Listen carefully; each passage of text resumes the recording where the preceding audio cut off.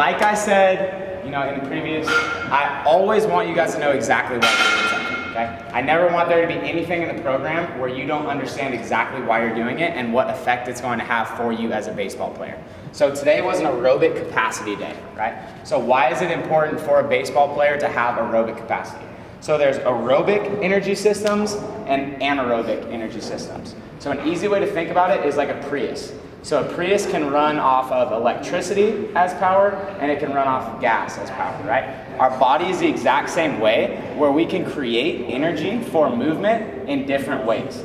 So there's our aerobic energy systems, which just means it requires oxygen to create the energy, and there's anaerobic, which means it does not need oxygen.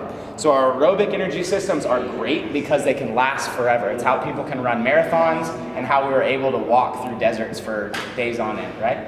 Our anaerobic systems are awesome because they're extremely powerful and fast, but they don't last for that long. So that's the exact reason why if you go sprint, you can sprint for about 10 seconds at max effort, and then after that it'll drop off. It's because your anaerobic system ran out of energy, right? So as a baseball player, we know that we're mostly in this anaerobic system for the most part when we're performing. There's not much you do in baseball that's over 7 to 10 seconds. So we're pretty much living in this energy system right here, right? So a lot of people would say it's an anaerobic power sport, which it is, completely agree. A baseball player does not need to be an elite endurance distance runner, but we need to have a certain amount of aerobic capacity to be successful within athletics. And the reason for that is because our aerobic systems help to regenerate our anaerobic systems. So if you want to be powerful and utilize your anaerobic systems to its fullest potential, you have to have an aerobic base so that you can regenerate those systems efficiently and powerfully,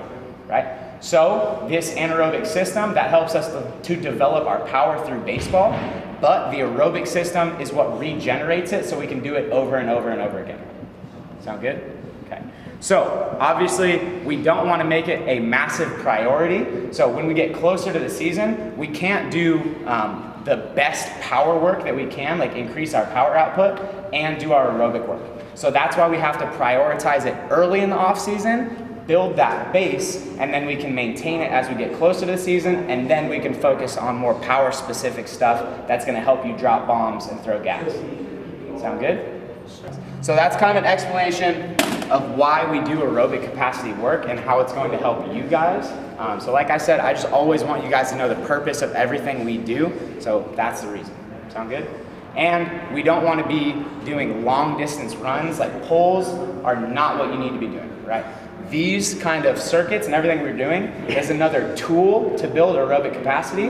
Running is one tool, but for a baseball player, it is absolutely not the optimal tool, right? It's repetitive in nature. Baseball is already repetitive in nature. So what we're doing here is increasing the movement variability, which is going to make you a better athlete and also reduce the chance of an overuse injury that comes from something like running poles or running in cleats in general.